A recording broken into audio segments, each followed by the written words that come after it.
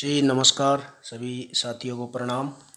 पिछली वीडियो जो हमने बनाई थी उसमें कुछ साथियों ने हमारे सासानी वंश जो वहाँ से है, ईरान से जो सासानी वंश चला था उसके बारे में हम बातचीत कर रहे थे और कुछ साथियों के मैसेज भी आए थे कि जो एक वीडियो थी अपने राजस्थान के जोधपुर की, उसमें ये दिखाया गया था कि कुछ लोग अपने वंश के सासानी वंश से अपना इतिहास बता रहे थे।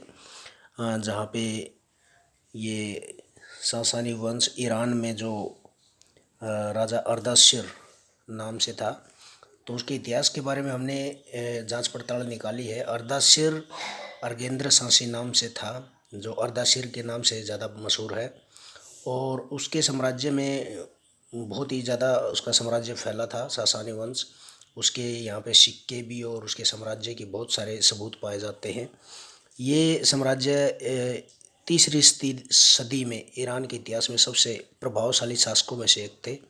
इनका स्थान ईरान में अखामनी जो वंश था उसके बाद ये सबसे सशक्त वंशों में गिना जाता है। ये वही राज्य है जिसे अखामनी शासकों का मूल स्थान माना जाता है।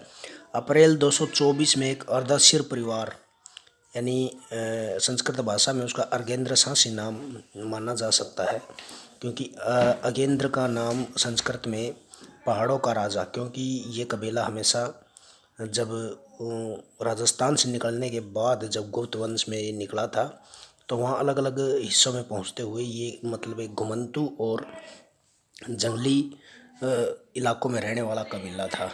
तो इस कारण इस वंश का जो अब नाम प्रसिद्ध है अर्दाशिर, क्योंकि हमारे लोग इस वंश से अपना वंश बता रहे हैं, तो ये बिल्कुल ये चलता रहा है। इसके बाद बने वंश को सासानी वंश के नाम से प्रसिद्ध हुआ था ये। और अर्दाशिर यानी अर्गेंद्र के बाद 224 में जो पर्शियन शासक अर्दवन था उसको हरा के ये राज लिया था उन्होंने, और उन्होंने रोमन साम्राज्य को भी चुनौती दी थी और कई सालों तक उन पर आक्रमण किया। सन 241 में शापुर ने रोमनों को मिसिको की युद्ध में हराया था। शापुर ये इसी के वंश में आया था, जो ये अर्दाशिर था इसी के वंश में आगे चल के एक शापुर गद्दी पे बैठा था, जो सन 310 में शापुर द्वितीय इसकी गद्दी पर बैठा और उसने 389 तक वहाँ पे शासन किया था।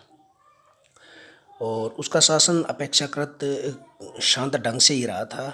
उसने धार्मिक सहिष्णुता की नीति अपनाई थी। और उसके बाद ये शापुर द्वितीय और तृतीय तीनों ही संदिग्ध अवस्था में मारे गए थे। और इस वंश के शासक रोमन साम्राज्य के साथ शामिल हो गए थे।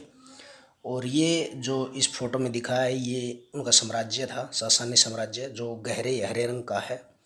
वहाँ तक ये ईरान में ये साम्राज्य फैला हुआ था और इस साम्राज्य का बहुत ही ज़्यादा इतिहास में नाम है। और इसके बाद भी सन 485 में देवायस जो हमारा एक सिंध था, जहाँ के इतिहास पे चचनामा नाम की हिस्ट्री की किताब है, उसमें भी एक राजा सांसी हुए हैं जो राव सांसी के नाम से प्रसिद्ध थे। और उनका भी साम्राज्य पूर्व में कश्मीर, दक्षिण में अरब सागर और पश्चिम में बलोचिस्तान और जोधपुर तक फैला हुआ था। तो उस राजा सांसी जो हुए हैं रायवंश के, उनका भी हम किसी अगली वीडियो में जिक्र करेंगे। और जहाँ तक ये जोधपुर में जो ये वीडियो बनी थी, हमारे समाज के लोग जो ईरान के सासानी वंश का जिक्र कर रहे थे, वास्तव में इतिहास में इस वंश के बारे में जानकारी है और लोग इस वंश के बारे में इतिहास में इसका दर्ज है। परंतु वहाँ पर जब सासानी वंश के लोग जब मुस्लिम और रोमन आक्रमणों के समय वहाँ से भागकर अलग अलग स्थानों पे गए हैं, तो लाजिम हो सकता है कि वहाँ से ये वंश अलग अलग होने के बाद वहाँ से इस वंश के लोग अपने यहाँ पे इंडिया में भी वापस आए हों, और इस कारण इस वंश को अपनी इस पहचान से दूर होना पड़ा।